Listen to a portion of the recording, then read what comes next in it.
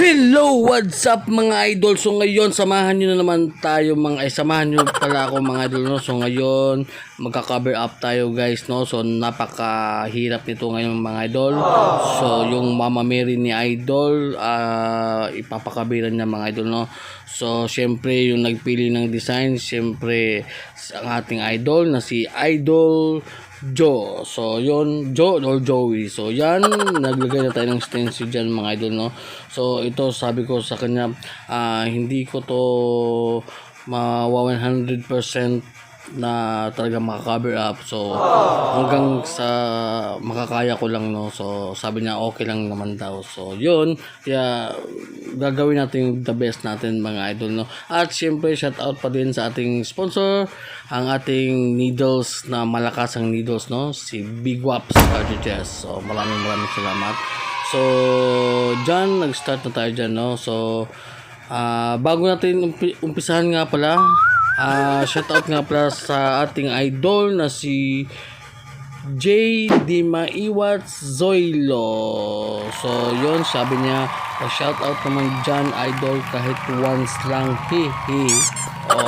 Bra idol ha, ito na idol, na shoutout na kita. So yun, dapat i-share mo to ha, tapos manood ka pa sa aking mga video ha. Okay, so balik tayo dito sa ating tattoo.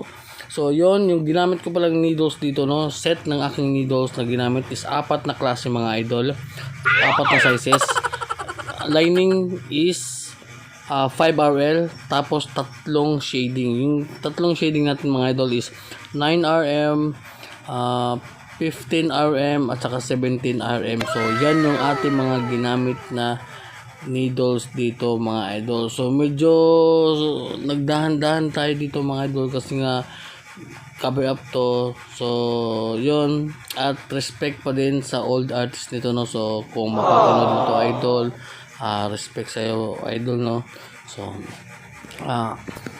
talagang ginawa ko lang yung request ng ating client na si Idol Joe. So yun, at syempre may nagtatanong nga pala mga idol, no, kung anong voltage yung ginamit ko dito. So yung voltage na ginamit ko dito mga idol is tumaas tayo konti.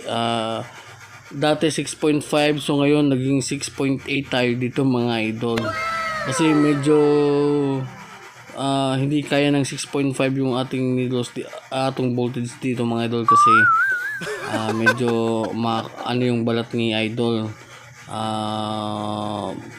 mahirap papasukin ang ink. So kaya nilakasan ko 6.8 mga idol. So dyan, you know, napaka-astig ni Idol Joe na nakita lang tayo sa TikTok. So shout out sa TikTok. So yun, after ng 11 hours mga idol, so 11 oras mga idol, ito yung aming final result. So sabi ko nga, hindi ko talaga totally na 100% na makakover, pero at least ginawan ko ng paraan mga idol. Ginawa ko yung best ko. So yan yung final result mga idol. Parang samurai henya, you know, na may color red. So grabe, napaka-astig talaga ni idol. Talagang kinaya niya yung 11 hours. So yun, shout out ni Idol Joe, at syempre shout out din sa lahat ng nanonood ng ating mga video, and don't forget to like, comment and share. Yun lang.